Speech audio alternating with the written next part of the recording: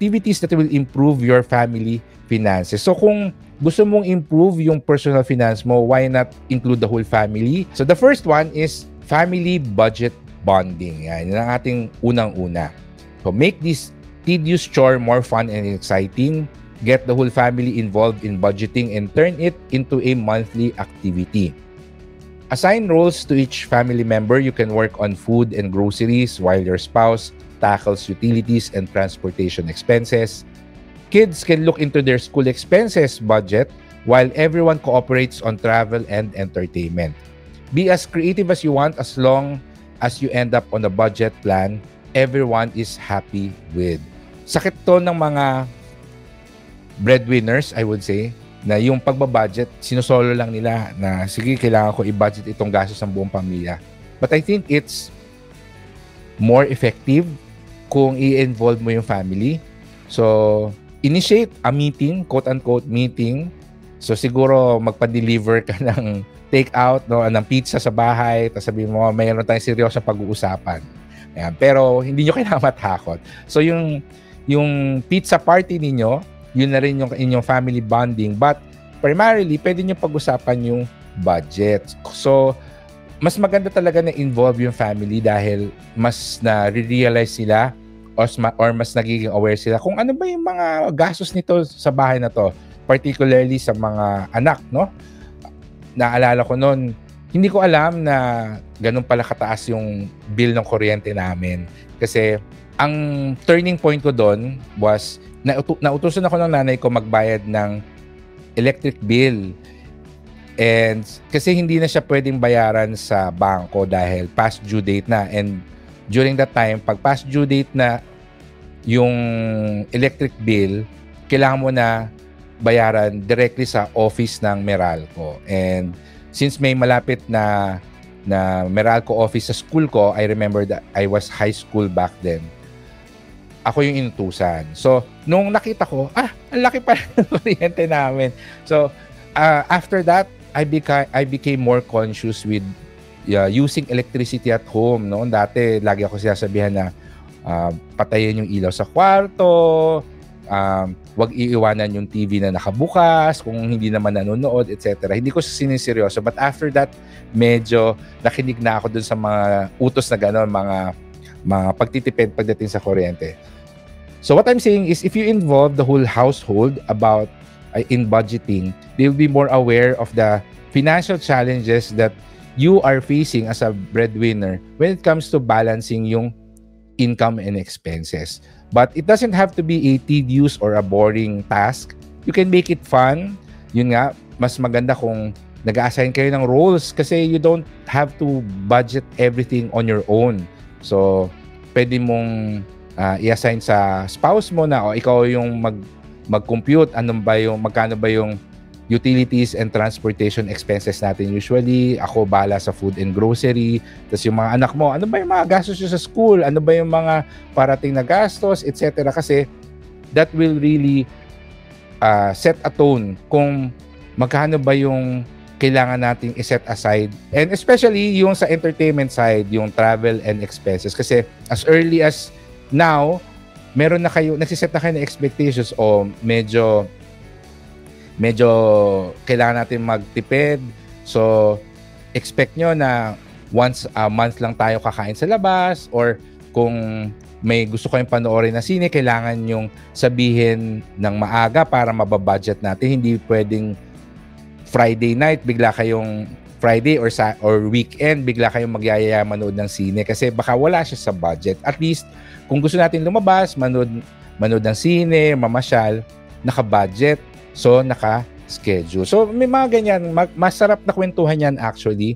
And may mga narinig ako sa friends ko na, sa tingin mo, they'll be willing to talk about that, to have a conversation about that. You'll be surprised. A lot of family members will appreciate it that you're including them in the budget plan. As a breadwinner, most of them, nag-iipon sila for the household on their own. But I think it's also great to involve the whole family. So sabihan mo sila na magkaroon tayo ng savings goal tayo, buong family. Encourage the whole family to save together towards a common goal. Having a shared objective fosters teamwork and discipline, whether it's a vacation, a home improvement project, or a rainy day fund. Allow each family member to contribute their spare change towards the collective goal.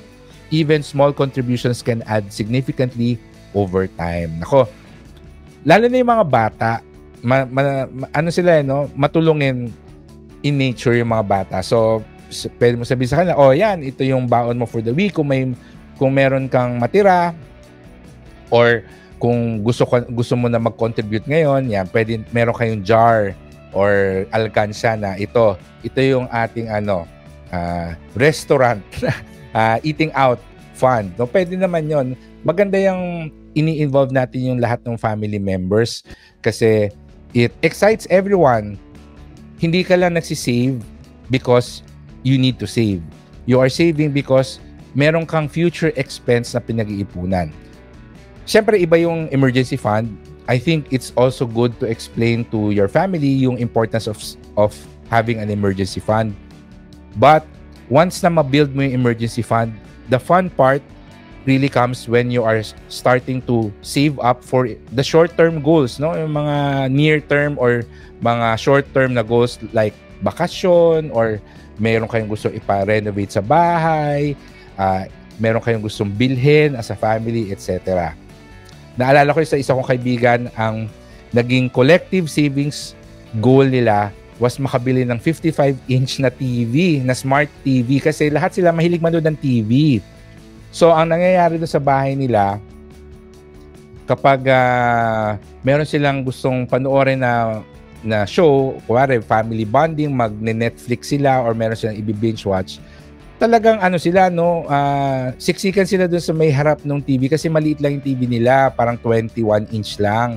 So, syempre, hindi masyadong makita kung malayo. So, sabi ko actually na, ba't hindi kayo bumili ng mas malaking TV para hindi kayo siksikan doon sa harap? No, pwede kayong mag-relax doon sa salas nyo. Maluwag naman yung salas ninyo. So, siya yung nagka-idea na, sige nga, gawin ko ang savings goal. Actually, balak niya nang bumili ng smart TV, pero mag-isa lang siya nag-iipon kasi siya nga yung breadwinner. But, nung in-offer niya yung challenge doon sa whole family, yun, everyone was really willing to chip in. Mas nga yung mga anak niya na pag binibigyan ng baon, pag may natira, yun, a part of it, nilalagay niya doon sa alkansya. And mas napadali yung pag-iipon nila para makabili ng TV. Ngayon, yan. I think, kailan ba siya? Parang August. Make meal planning into a family project. Allocate specific days for cooking together, researching new recipes, and creating a grocery list that aligns with the household budget. Not only does this foster a sense of unity, but it also promotes healthier eating habits and substantial savings. Plus, cooking at home can be a delightful and rewarding experience for everyone involved. Kasi ako, tapos yung sumunod sa akin na kapatid ko, medyo malaki yung agwat, 8 years. No? So, meron akong time na ako lang yung only child ng parents ko. And that was actually during the time na I would say struggling or very challenging yung finances namin as a family. So, I remember spending a lot of time in the kitchen with both my mother and father, at we actually bond over cooking a meal during weekends. Yung initial activities pa lang, uupo kayo at pag-usapan nyo, ano yung mga gusto nyong ulam for the week or for the next 2 weeks. Ano ba yung mga kinikrave ninyo, etc. Tapos, hayaan mo yung anak mo na yung magsulat ng mga ingredients sa bibilhin, dinidictate mo sa kanya, etc. Tapos, alam mo yun, you can do all the grocery planning, list it, and then, pagdating nung grocery, then give your child a list, assuming na pwede mo na silang iwanan sa supermarket na siguro high school na or something na, ito yung pwede mong kunin. And that will make them aware of the prices of the ingredients, no na ginagamit kapag sa pagluluto. Tapos, yun, you bond over researching recipes, cooking together, and also, alam mo yun, mas na-appreciate nila yung home-cooked meals. Kasi syempre, these home-cooked meals are not only cheaper, but it's also healthier because freshly cooked yung ingredients mo, tapos alam mo exactly kung ano yung nilalagay mo doon sa pagkain mo. So, try to see if this can be a regular activity in your family, yung meal planning. Hindi lang dapat yung isa, typically, traditionally, yung nanay. Hindi lang dapat yung nanay yung nag-iisip, no? Sa mga parents, that will also motivate your children to eat at home kasi alam nila kung ano yung magiging ulam dahil sila yung nag-suggest. Okay? So, delicious meal planning. Last but not the least is financial literacy game night. So, this can be another weekend activity that you can do with your family. You don't really have to go out to entertain yourself, but you can set up unique weekends by playing board games. Particularly, mga board games na merong relation sa personal finance.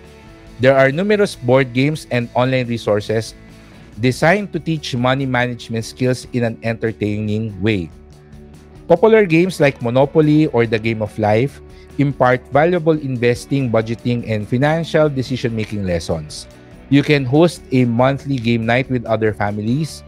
Interestingly, studies show that gamified learning enhances the retention and application of knowledge, right? So, I will admit na yung mga talagang maganda na board games that teach personal finance, katulad nung Cashflow 101, medyo mahal yan, no? Medyo pricey. But I think pagdating sa game night, sa board game night, there are strategy games that will help your child and you mismo, no? Improve your critical thinking skills, yung analytical skills, na of course, yung mga skills na to, ma-apply mo kapag later on you're managing your budget. May mga games na resource management, yung strategy, no? Isa sa mga naisip ko ay Splendor. I-search nyo yun, yung Splendor na board game. May award-winning board game siya. So resource management ka, meron kang limited resource, you have to make a decision kung ano yung kukunin mo dun sa board, etc. And yung matututunan mong strategy doon, yung analytical skills na makukuha mo, I can see kung paano ko siya nagagamit when I am budgeting my money. So, it can be a financial literacy game night but not necessarily about money yung particular game na nilalaro ninyo. But of course, Monopoly is a great way to teach your child about real estate. Don't just play the game as is. Mas maganda may konting kwento, di ba? And that will also force you to research about real estate investing, paano ba yung mga rental properties that will help your child have initial or basic understanding of mortgage and rental and taxes, etc.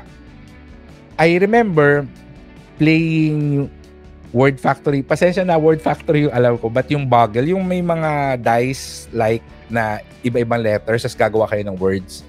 Nagkakaroon kami noon, nag-game kami noon dati sa engineering org ko na meron kaming rule na kailangan engineering related yung words na i-perform namin.